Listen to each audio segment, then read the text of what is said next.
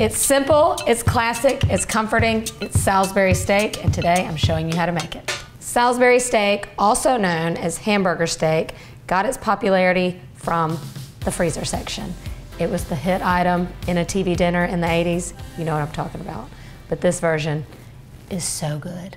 I'm also gonna give you a bonus recipe, my home-style mashed potatoes, because you can't have Salisbury steak and gravy without the mashed potatoes. We're gonna start by finely chopping a little bit of an onion. We're gonna save the rest of the onion for our gravy. There was no need to create a new recipe when we have so many good ones on our site. The one I'm using today has over 4,000 5-star ratings and over 3,000 comments and reviews. I'd say it works.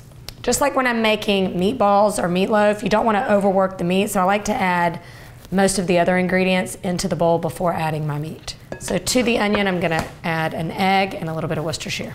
Give that a whisk, and then I'll stir in my breadcrumbs. This recipe calls for seasoned salt, which I don't typically carry in my kitchen, so I'm using a seasoned breadcrumbs just to kind of substitute that extra flavor. That's the base of your mixture. Now it's time for the beef. I'm using a ground round. It's gonna be so tender, moist, and flavorful in the end. Then I like to add the seasonings right on top of the meat. So it's just a simple seasoning with salt, pepper, garlic powder, and onion powder.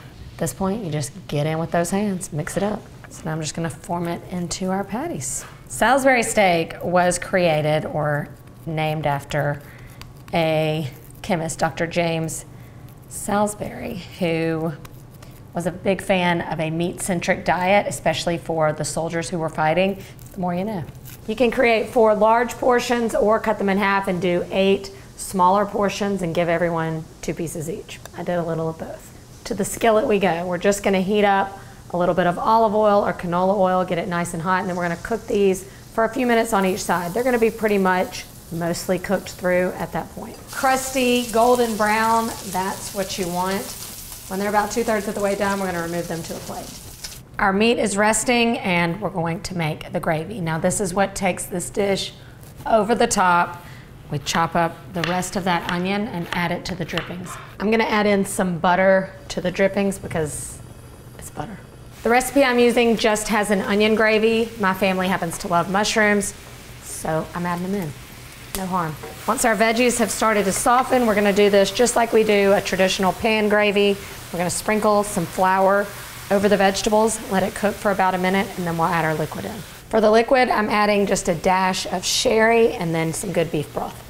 All right, to finish up our gravy before we let it simmer, I'm gonna add in a little more Worcestershire. I like to mimic the flavors that I put inside the Salisbury steaks.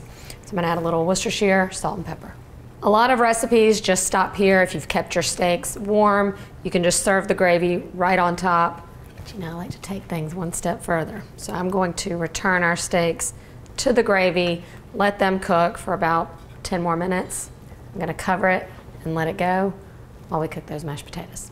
In case you missed the video on how to cook potatoes, here's a quick tutorial on the perfect mashed potatoes. Yukon Golds, peeled and cut up into cubes. I've got them in salted water, and we're gonna bring them to a boil and let them cook until they're fork tender. If you don't have Yukon Golds, you could also use russet potatoes. They're gonna make a nice fluffy mashed potato. I like to cook my potatoes until they're super tender, and then I return them to the pot. I've turned the burner off, but the pot's nice and hot. This is gonna help any extra moisture evaporate out. At this point, I like to go ahead and add my butter in as well. That way it can be melting into the steamy potatoes. You don't want to overwork mashed potatoes because they will get super gummy. So I really like to use a potato masher for this. You can also use a potato ricer if you don't want any lumps at all. I advise against putting mashed potatoes in a food processor. That's just a quick way to get some sticky mashed potatoes. Stir in a little milk. And now we're gonna season them with some salt and pepper. Remember, we salted our water earlier, so you don't wanna overdo it on the salt. You can always add more, but it's real hard to take it away. And then I like a good spoonful of sour cream. Little taste test. Nailed it! These are gonna go great with that Salisbury steak. Let's plate it up. This looks way better than a TV dinner, you've got to admit. Time for that perfect bite. You have to make this. And when you do, tag me and let me know What an awesome teacher I am. When it comes to the best Salisbury steak with gravy and mashed potatoes, you can cook that. And be sure you're subscribed so that you can keep up with all things, all recipes, and comment below what you want to see me do next. Take me a big long nap after this.